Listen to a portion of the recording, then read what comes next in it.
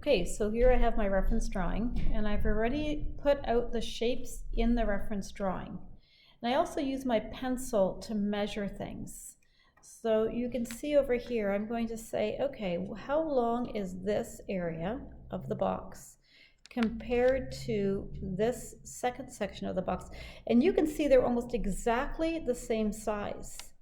Well, in our heads, we know that this side of the box is going to stretch further out.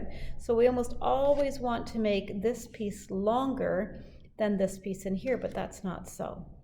So draw those lines and let's draw the different shapes. We see here that we have almost a rectangle shape, but we can also use our pencil to measure the angle. It's not straight.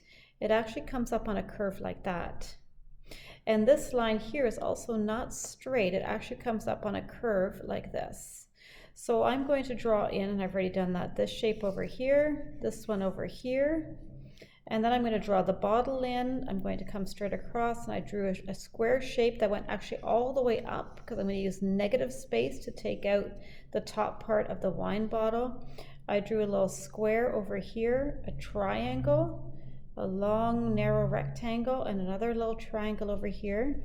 I put the grapes into a square, it looks like, or a rectangle here, it looks like a box there, and these grapes just kind of go in a circular shape down to the side of the box. When I translate that over, I have something that looks like this. So you can see here is my, wait, where's my pencil? There we go. Here is my actual box area. And then here is the circle for the grapes, the rectangle for the grapes. This is the bottle. Notice I'm a little bit crooked, I have to straighten that out. And here is the wine glass. So that is the first step. Put shapes into your reference drawing with a marker, then turn that into an actual drawing right beside it, using those same shapes and those same dimensions to draw in the basic shapes of your still life. Okay, so this is where I've smoothed out all the lines and so forth. It literally took not long for me to put in those lines, and what would have been the hardest thing for me to do would have been all those grapes. And now that I had the shape built, it did not take very long to lay down the grapes. So it's really, really great to be able to do it like this. Same with measuring the wine glass, same with the wine bottle and how everything goes together. Drawing from a shape-based drawing like this does make it a lot easier to do that. So spend a few minutes and change your drawing in, add the details and change those big shapes into the actual shapes which they are. And then finally, a few tips for you. Use what I like to call ticky marks or reference marks on your paper before adding lines. This just helps you get the different proportions down before you start adding all the lines and the shapes. Use your pencil to measure angles and use the bottom of your page.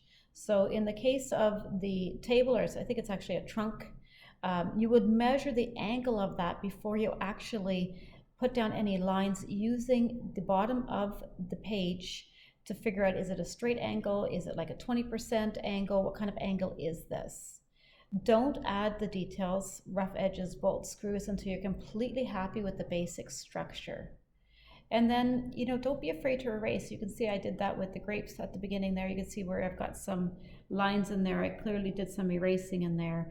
Same with the bottle. I realized my bottle was a bit crooked. If you take the time to do that right away, to erase those lines and build the basic structure correctly, then the next step would be going to add some value. We're not doing that today, but if we were going to do that, we want to make sure that our basic structure is correct. I do notice there's a bit of a problem here with the wine bottle. Do you see that? It's not exactly symmetrical. So I will go back and I will change that and make that completely correct. And that is it for today's lesson. Send me pictures of the flamingo, pictures of this final still life, and also pictures of the other animal that you chose to break down, or the other picture that you chose to break down into shapes. Thank you.